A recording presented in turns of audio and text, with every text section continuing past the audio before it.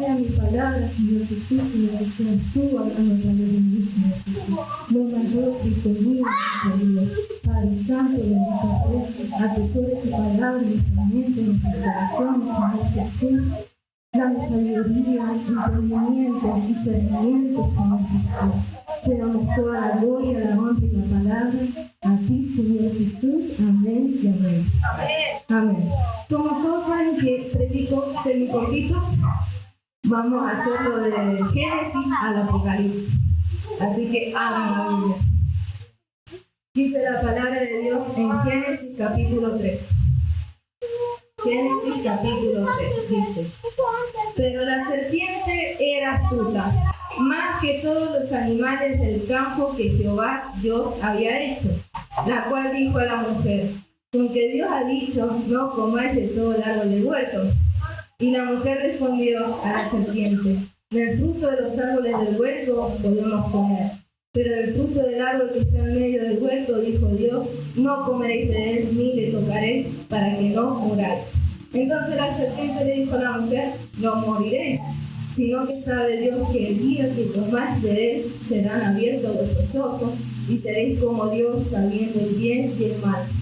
Y vio la mujer que el árbol era bueno para comer y que era agradable a los ojos y el árbol codiciable para alcanzar la sabiduría, y tomó de su fruto y comió, y dio también a su marido, el cual comió así con ella.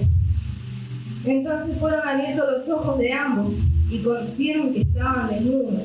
Entonces cosieron hojas de higuera y se hicieron delantales, y oyeron la voz de Jehová Dios que se paseaba en el huerto al aire del día, y el hombre y su mujer se escondieron de la presencia de Jehová Dios entre los árboles del huerto. Mas Jehová Dios llamó al hombre y le dijo: ¿dónde estás tú?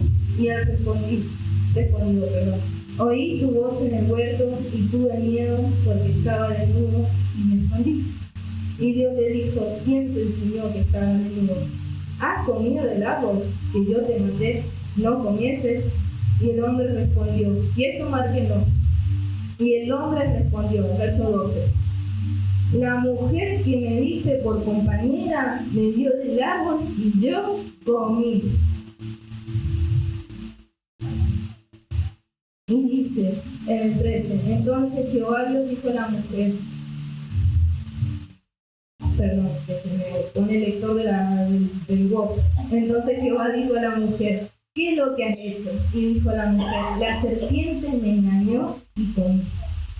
Y Jehová Dios le dijo a la serpiente: por cuanto esto hiciste, maldita será entre todas las bestias y entre todos los animales del campo, sobre tu pecho andarás y polvo comerás todos los días de tu vida. Y pondré, marquen este versículo, el 15, y pondré enemistad entre ti y la mujer, entre tu simiente y la simiente suya, y ésta te herirá en la cabeza y tú la herirás en el calcañar. A la mujer dijo: multiplicaré en gran manera los dolores de tus primicias, con dolor dará a luz dos hijos, y tu deseo será para tu marido, y él se enseñoreará de ti. Y el hombre dijo: por cuanto obedeciste la voz de tu mujer, y comiste del árbol que te mandé diciendo, tomar que no comerás de él, maldita será la tierra por tu causa, con dolor comerás de ella todos los días de tu vida. Y marquen el 18, espino y cardo te producirán, y comerás planta del campo. Cuando vemos esta palabra de Dios en Génesis, capítulo 3, hacia adelante, primero observen con atención lo que hizo Eva. Dios tomó, comió y dio. ¿Qué hizo? Miró, tomó, comió y dio. A menudo la batalla del pecado la perdemos, pero miramos algo que no tenemos que mirar. Y ahí ya lo miramos, lo tomamos, lo comemos y compartimos. Así que de entrada, para derribar el pecado, no hay que mirar aquello que habíamos sacado. Dice que nuestras acciones de rebelión, ya sean pequeñas o grandes, demuestran que somos descendientes de Adán. Únicamente el pedir perdón de Jesucristo nos hace hijos de Dios. Ahora, el hombre se vio separado de Dios por querer actuar por su parte. ¿Cuántos somos así? ¿Somos míticas, argentinos, arrogantes, soberbios, o no? que actuamos con nuestra propia fuerza y actuamos como estamos echándole la culpa al Señor de las consecuencias que sufrimos. Ahora, vemos diferentes puntos en Génesis. Primero, principal, ¿por qué Satanás nos tienta? La tentación es una invitación de Satanás para entregarnos a su estilo de vida y renunciar al estilo de vida de Dios. Que lo que hace Satanás nos tienta, porque la tentación es una invitación de Satanás para entregarnos a su estilo de vida y renunciar al estilo de vida de Dios. Ahora, ¿de qué podría Eva haber resistido ante esa tentación? Y bueno, siguiendo los mismos principios que seguimos nosotros, orando, pidiendo fuerza para resistir, huir, algunas veces literalmente tenés que huir, y decir no. Cuando nos enfrentamos a algo que nos consta que no es lo correcto, es importante decir no. Y no decir cómo. Por ejemplo, a los jóvenes. Si tus amigos se juntan en la esquina y sabes que se la van a mandar, ¿vos qué le tenés que decir? ¿Ahí voy? ¿O le tenés que decir no? No, le tenés que decir no voy a ir con vos, que sí que algunas se la van a mandar. Ahora, muchas veces nos cuesta decir no, pero es porque nosotros no queremos decir no. Porque dice la palabra de Dios en 2 de Timoteo 2:7, 2 de Timoteo 2:7, dice, ¿por qué no nos ha dado Dios espíritu de cobardía? Así que no sean cobardes, sino de poder, de amor y de dominio propio. ¿Qué nos dio? Poder, amor y dominio propio. Entonces la serpiente, Satanás, tentó a Eva haciéndola dudar de la bondad de Dios. Él sugirió que Dios era estricto, miserio y egoísta, ya que no quería que Eva tuviese como el conocimiento del bien y del mal. Muchas veces pensamos eso. ¿Por qué Dios no hace esto? Y sin embargo, se la tiene uno.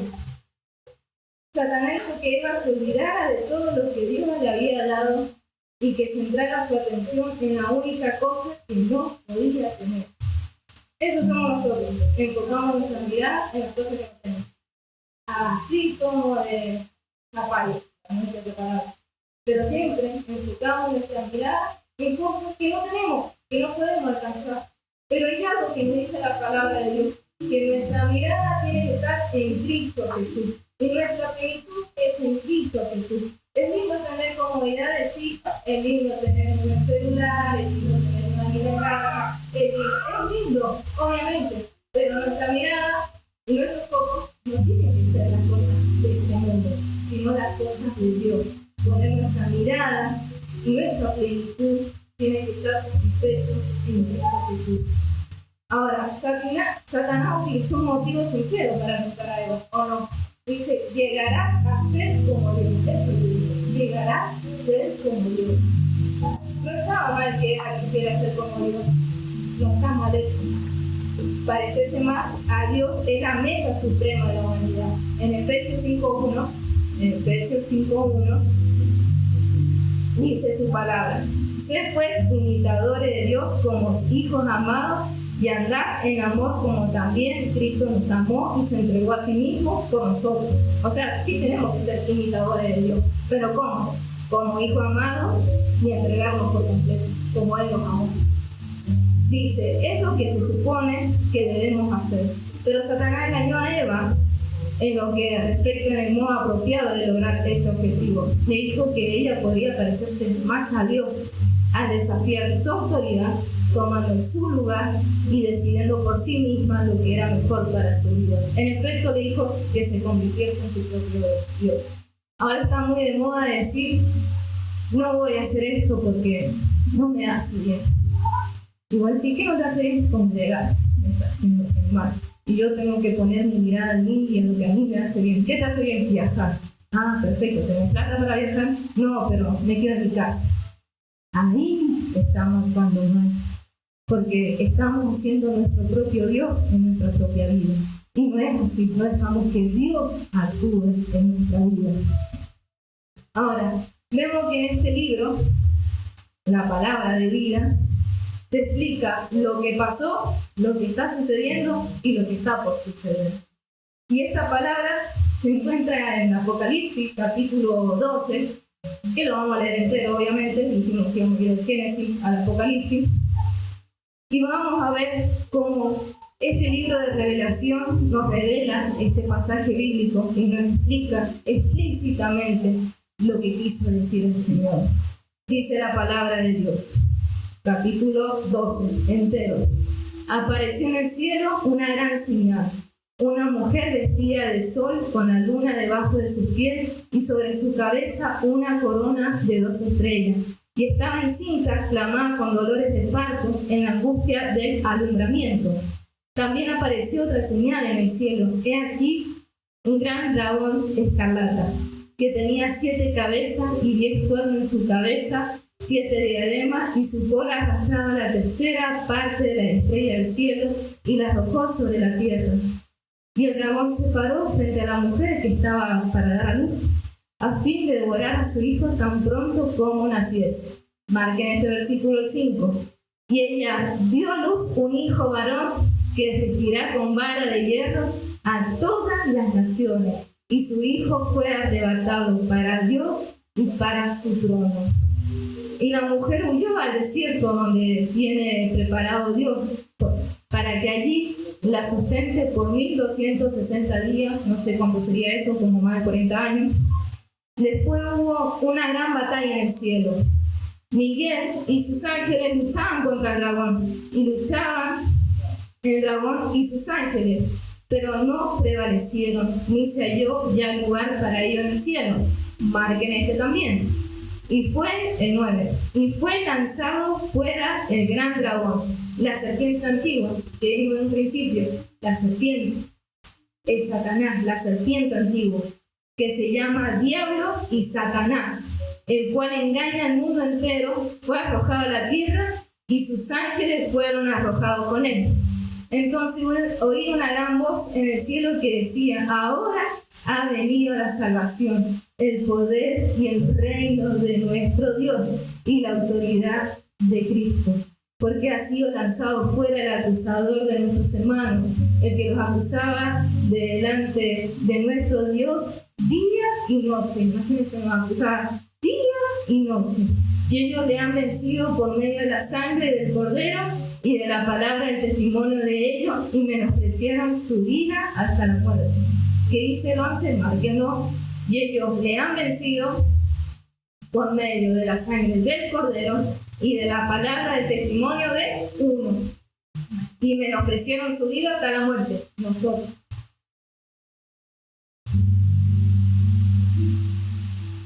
Cuando leemos este versículo es fuerte, por un motivo que dice: menospreciaron su vida hasta la muerte.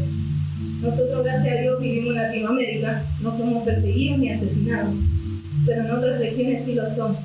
Y vemos que muchos videos, ya me desconecté ya de las redes sociales porque me hacen insensible, y miraba en uno de esos videos como cristianos acababan sus propias tumbas, y ellos sí menosprecian su vida hasta la muerte. Pero luego está Latinoamérica, que cómo están atrás de la plata, del dinero, y queremos esa vida de comodidades, de lujo, pero eso hay que menospreciarlo hasta la muerte.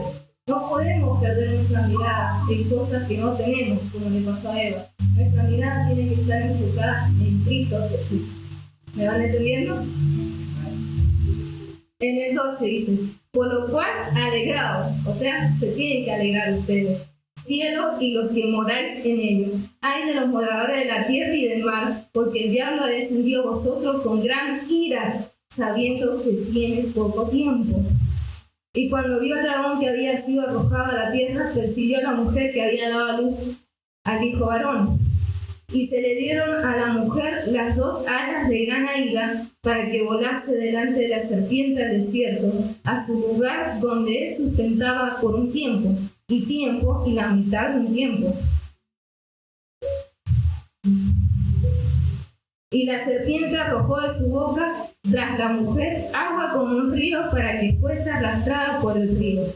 Estén atentos, el enemigo puede hacer señales, maravillas y prodigios, así que tienen que tener discernimiento si eso viene de Dios o no viene de Dios. Acá vemos que hizo una señal, pero no era Dios, era el enemigo. Pero la tierra ayudó a la mujer, pues la tierra abrió su boca y tragó el río que el dragón había hecho de su boca. Entonces el dragón se llenó de ira contra la mujer. Y márquenlo, el 17. Entonces el dragón se llenó de ira contra la mujer y se fue a hacer guerra contra el resto de la descendencia de ella. Ahora repitan conmigo: los que guardan los mandamientos de Dios y tienen testimonio de Jesucristo. Ahora, ya entrando recién en el tema, vemos que no tenemos lucha contra las personas, sino contra el diablo y contra sus huestes espirituales. Lo dice en su palabra: por lo demás, hermano mío, fortalecido en el Señor y en el poder de su fuerza, y vestido de toda la armadura de Dios para que pueda estar firme contra la enseñanza del diablo. Las prédicas anteriores estuvieron hablando de la armadura de Dios, de la oración, de la búsqueda de leer la palabra, la intimidad con el Señor. Dice: porque no tenemos lucha contra sangre y carne. Repitan: porque no tenemos lucha contra sangre y carne, sino contra principados, contra potestades, contra los gobernadores de las tinieblas de este siglo, contra huestes espirituales de maldad en las regiones celestes. Entonces nuestra lucha es contra Satanás y su hueste espiritual de maldad. Y ahora nuestro deber es amar y perdonar a las personas como fue Jesús con nosotros, porque dice que seamos imitadores de Él en amor y en entrega, como leímos. No me dice que vayamos y no sé, a ninguno le gusta que le paren policía o no. Voy a decir: ¿por qué? Me para a mí, me discrimina porque tengo un Fiat 147 hecho bolsa y el que lo maneja es morocho, por eso. Pero hay que amarlo al policía. Hay que amarlo al policía, porque dice su palabra que no tenemos lucha contra el policía. ¿Contra quién tenemos lucha? Contra Satanás y las huestes espirituales.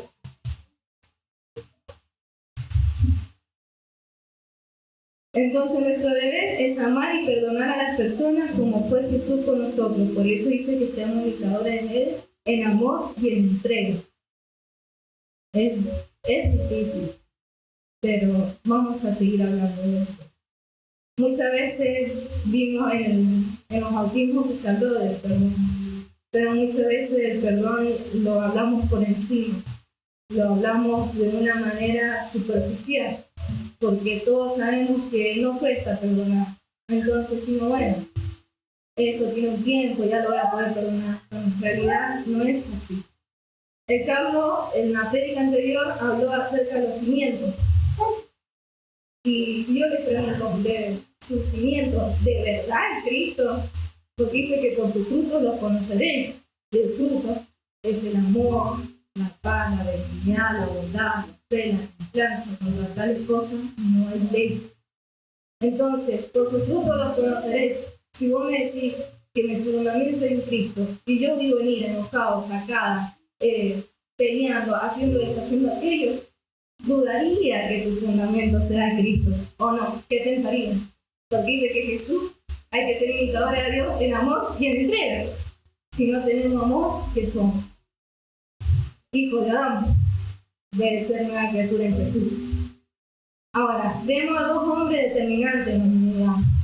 El primer hombre fue Adán. Y esto, mira, lo vamos a leer en Romanos 5, 19, que ponete que estaba tocando, lo estaba leyendo y me la quería llorar. Dice la palabra de Dios: pero si por la transgresión de uno solo reinó la muerte, mucho más reinarán en vida por uno solo, Jesucristo, los que reciban la abundancia de la gracia y el don de justicia.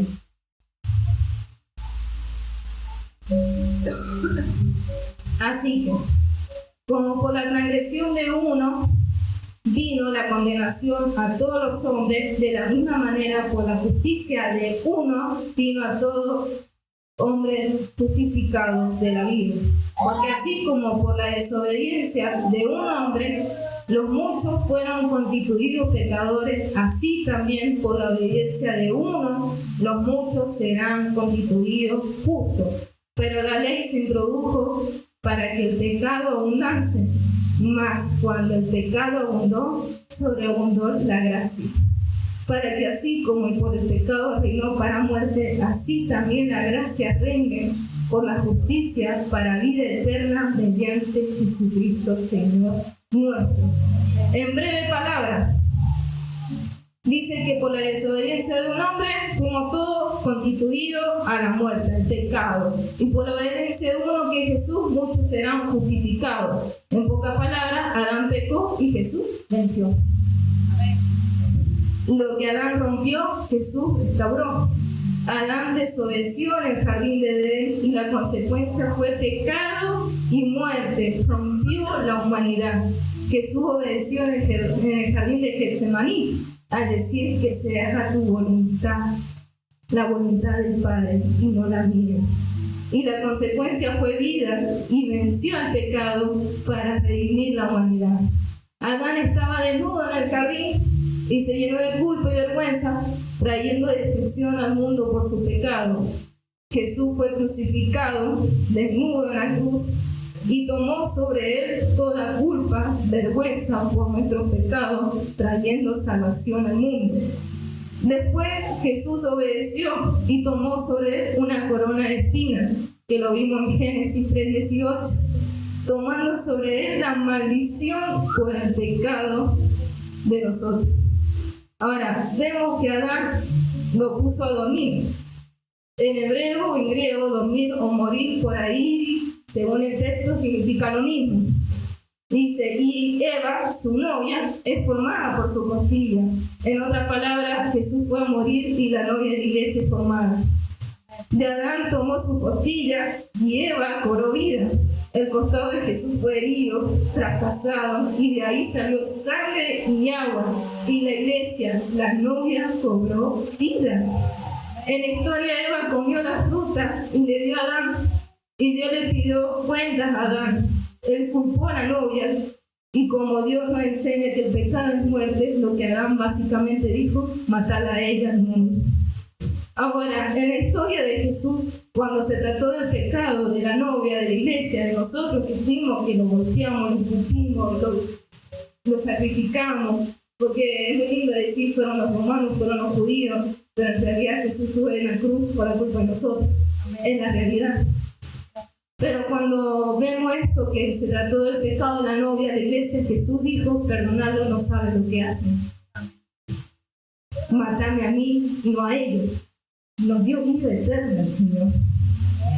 Donde el primer hombre trajo muerte, condenación, vergüenza y separación, Jesús trajo vida, gracia, restauración y reconciliación con Dios. Recordando la palabra del pastor Carlos, cómo está preparando tu cimiento, como Adán, el viejo hombre, o con el nuevo hombre en Cristo Jesús. Habla que Jesús nos dio vida y vida eterna para que viviéramos con Él eternamente. Y esa vida eterna comienza ahora, no cuando nos morimos, sino es ahora, y el tiempo es ahora. El fundamento de nuestra vida es Cristo y nuestra plenitud es Cristo Jesús. Entonces nuestros cimientos están fundados en amor, perdón, reconciliación, bondad, benignidad, bondad, fe. Tenemos esas cosas, hay que pensarlas. Ahora sí decimos, pero no hacemos, y nuestro cimiento tiene material de mala calidad, como enojo, ira, pecado, chusmerío, venganza, contienda, adulterio, fornicación, todos los pecados que se pueden llegar a imaginar. ¿No es el chusmerío un pecado? Sí, es abominable por el Señor. Me van a decir, una vez puse una cintita roja, que me tiren un par de cartas. Eso también es abominable ante el Señor, también está mal eso. Entonces, si nuestro cimiento está fundado en Cristo, de verdad hay amor, de verdad hay misericordia, de verdad hay templanza, bondad, benignidad, hay fe, hallará fe Jesús en nuestra vida. En el Proverbio 17:20, anoté algunos versículos del bautismo, dice: jamás la mente perversa se encontrará con el bien. La lengua embustera caerá en la desgracia. Así que imagínense cómo me podría estar la lengua. Proverbio 14:30. El corazón apacible es vida de la carne, mas la envidia es carcoma de los huesos. El Proverbio 18:14. El ánimo ayuda a sanar al enfermo, pero ¿qué esperanza tiene el que pierde el ánimo? Mira, es una opción estar enojado. Dice su palabra en Efesios 4:26, dice airaos, enojad, pero no pequéis, no se ponga el sol sobre vuestro enojo, ni deis lugar al diablo. Ahora, ¿te conviene perdonar y olvidar por completo lo que te hicieron? Obviamente que sí, porque si no, no vivís contigo. Esas raíces de amargura te dañan. Dice la palabra de Dios en Miqueas capítulo 7, verso 19. Miqueas 7, verso 19, dice: Él volverá a tener misericordia de nosotros, sepultará nuestras iniquidades y echará en lo profundo del mar todos nuestros pecados. ¿Qué hace el Señor con nuestros pecados? Los arroja a lo profundo del mar. Dice en Lamentaciones 3:22, Lamentaciones 3:22, dice: por la misericordia de Jehová no hemos sido consumidos, porque nunca decayeron sus misericordias. Nuevas son cada mañana, grande es tu fidelidad. Mi porción es Jehová, dijo mi alma, por tanto en él esperaré. ¿En quién vamos a esperar? En Jesús. Si quieres tener vida y en abundancia, perdona por completo. No dejes que el pasado o lo que te dicen te defina. Dios nos dio poder y amor. Eso es lo que tenemos que aprovechar siempre. Para cuando alguien nos haga algo, o nosotros hagamos algo, perdonar y olvidar por completo, porque así hace Dios. Les doy un ejemplo. 2 veces me junté con mis primos. En una fue en Lonquén y la otra fue acá. Y ellos contaban anécdotas de nuestra infancia. Me cortaba de mal yo. Y ¿saben qué no me acordaba? De ninguna. Me reía, me tentaba la risa. Digo, todo eso. Pero yo no me acuerdo, porque la culpa de mi pecado el Señor se las llevó. Y lo que me hicieron daño también se me olvidó por completo. Entonces imagínense si Dios no puede hacer eso. Cuando vemos al rey David, que pecó de manera grande, ¿qué dijo el Señor? Dijo: Padre, saca de mí la culpa. Bótame, que todas las noches me atormentan. Imagínense qué feo que es la culpa. ¿Y por qué sentimos culpa? Porque sabemos que algo está mal.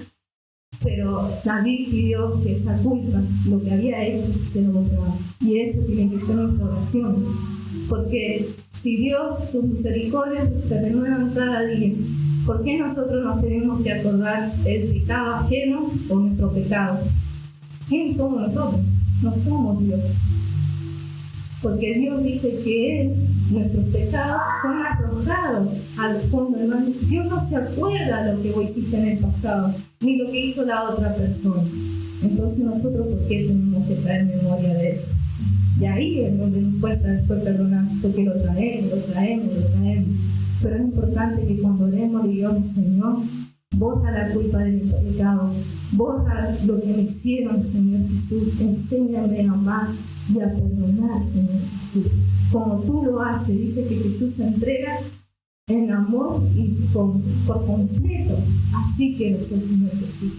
Quiero ser un imitador tuyo, bendito.